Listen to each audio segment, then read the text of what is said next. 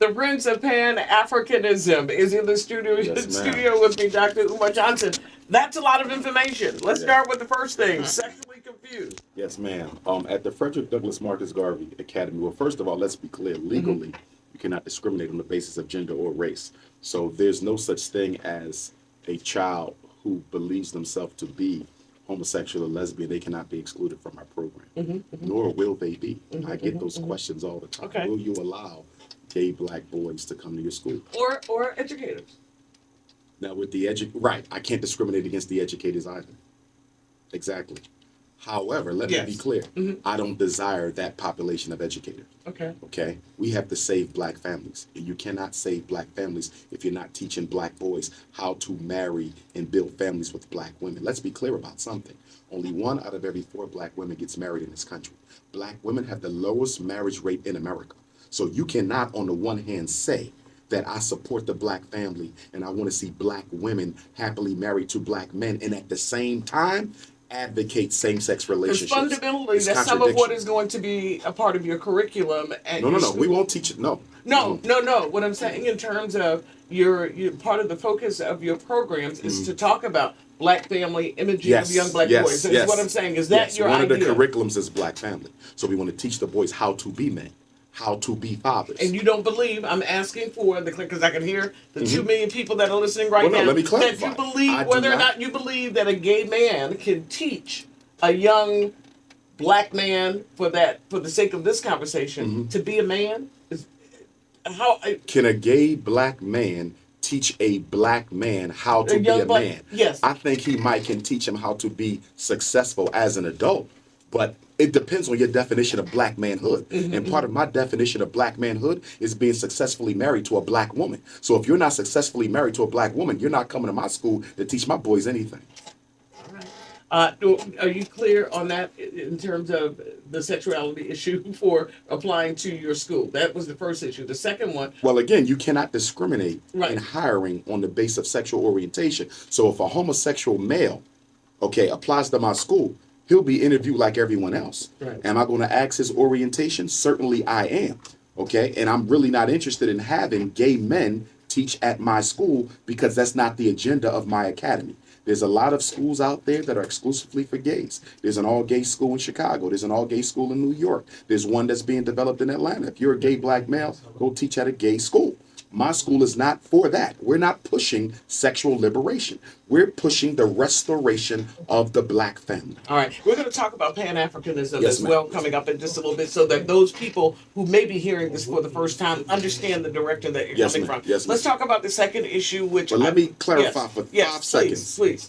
Although I do not support same-sex relationship, I love and care about every black person. This is important to say because I'm a psychotherapist and I have therapy clients who are homosexual. There's no discrimination. He's my brother.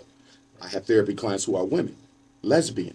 No discrimination. She's my sister. So I need the listeners to understand that although I may disagree with the behavior, I can separate it from the person.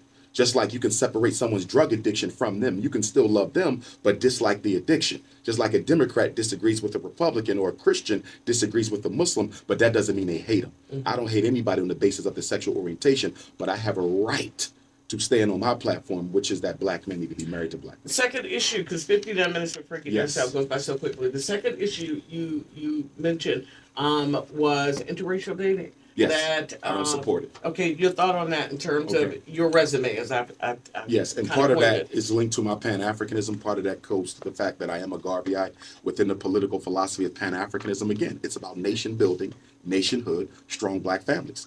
You cannot build strong black families marrying other people's daughters.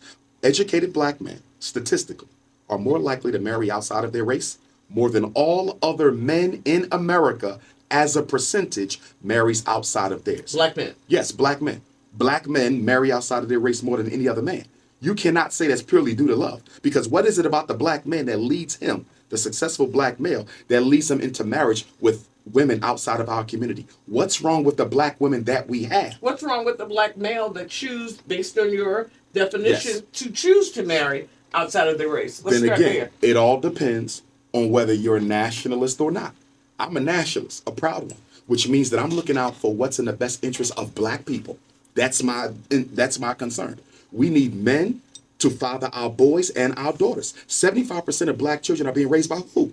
Single black mothers. So how can we talk about we care about single black mothers, many of whom living in poverty, raising multiple children, but at the same time we want to condone black men marrying outside of the race? It's a contradiction. You have to make up your mind. We either want to help single black mothers and we want to advocate strong black family, or we want to keep on pushing jungle fever. In the long run, what is the best interest for us? I'm not trying to save the world. I'm trying to save us. Chinese have people who are trying to save Chinese. Arabs have people who are trying to save Arabs. Latinos have people who are trying to save their community. Every culture practices an us first philosophy except black folks. And that's why we're dead last politically and economically in this country. You know, you talked about the more successful the black man, the more likely he is to marry someone outside their race. You know, we hear that conversation, particularly as a black woman. We've had the conversation. Athletes, I'm just curious as to your thought on that, and it is so prevalent and common and ridiculous, and it gets accepted because the black community is colorblind. We have a multicultural consciousness that nobody practices except us because we hate self. It's not acceptable for James Earl Jones or Sidney Poitier or Tiger Woods or Tate Diggs or Cuba Gooding Jr. to be marrying women who don't look like their mothers. It's unacceptable. It's wrong. Politically, it is wrong because it doesn't benefit us. If anyone wants to know what I think on any given issue, they can probably answer it themselves by asking themselves one question. Does this benefit the black community more than it hurts it, or does it hurt it more than it benefits? Interracial marriage, does it benefit us more or does it hurt us? Same-sex relationships, does it benefit us more or does it hurt us? You may be, you know, there are those that might say to you that this does not sound any different than what David Duke would say as it relates to... Good question. It sounds very different because David Duke is a white supremacist who believes that white people are intellectually superior to blacks. I don't teach racial superiority. I'm not a bigot in any form. I'm simply a nationalist who knows that my people are in trouble, and if we don't do something soon, we may not make it out of the 21st century. We got AIDS, we got miseducation, school to prison pipeline. 1 out of every 4 black boys getting a high school diploma. 2 out of every 4 black men are under some degree of supervision from the criminal justice system. Only 1 out of every 4 black women is getting married. We only own less than 1/2% of all the wealth in the United States. How can the people who gross $1 trillion only own a fraction of the wealth? Our wealth ownership in this country has not grown 1% since slavery 152 years ago. Yeah. Let's get the resume, the third issue of the resume question, just to assure that we've covered them all. Go right ahead. My resume? Yeah. Okay. The resume for the application. If they want to send a resume. Yeah. I thought you was asking my degree. You might as well. Right. But, because they need to know that. Yeah. FDMG resumes. Anyone who wants to work at the school, they can email their resume to fdmgresumes@gmail.com. Not only do we need teachers, we need secretaries, counselors, nurses, security guards, house parents.